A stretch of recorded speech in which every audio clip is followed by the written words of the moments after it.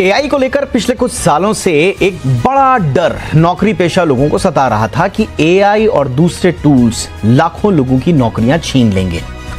जब से ये एआई का फिनोमिना आया तब से इस बात को लेकर बहस हो रही थी कि एआई नौकरियां लाएगा या खाएगा।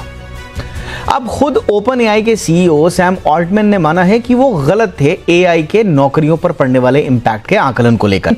ओपनिंग रिमार्क्स के लिए चक्रवर्ती सर आपके पास आ रहा हूं, आप बताइए आपका अनुभव क्या है और जो ऑल्टमैन अब कह रहे हैं ग्राउंड रियलिटी क्या वही है? तो मैं थोड़ा सा हम लोग पीछे अगर जाए और बात करें तो हम इंडस्ट्रियल रिवोल्यूशन 1, 2, 3 हम लोग देख चुके हैं और हर एक इंडस्ट्रियल रिवोल्यूशन में यही बताया गया है एक्सपर्ट लोगों ने कि बहुत जॉब लॉसेस होगा। लेकिन जो रियलिटी है उसमें देखा गया है कि there is a short term effect, there is a mid term effect and there is a long term effect. तो हम लोगों को ये शॉर्ट टर्म, मिड टर्म और लॉन्ग टर्म इफेक्ट को समझना है।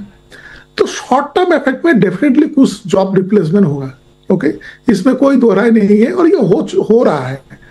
अभी सैम ऑल्टमैन ने मान लिया, उसका कारण ये है कि उन्होंने जितना सोचा था उतना नहीं हुआ, लेकिन ये तो रियलिटी है कि कुछ जॉब रिप्लेसमेंट हुआ है अभी अगर हाल ही में हम लोग देखें तो।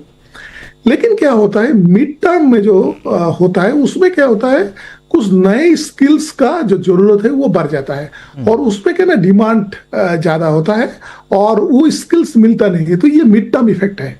शॉर्ट टर्म इफेक्ट में definitely there will be some level of job replacement जो कि होता है।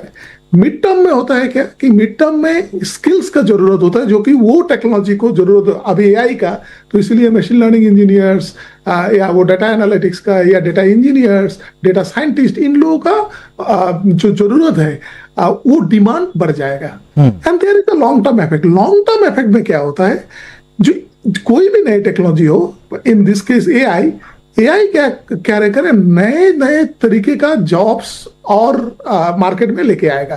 तो क्या जॉब रोल्स जो होता है वो एलिवेट होता है।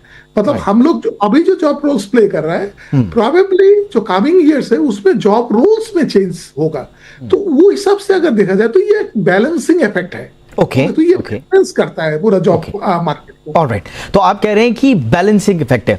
ये McKinsey and company future of work global analysis जो दिया था उसमें अकेले अमेरिका और यूरोप में 2030 तक लगभग 12 million 1 crore 20 lakh occupational transition होंगे, ये रिपोर्ट आई थी।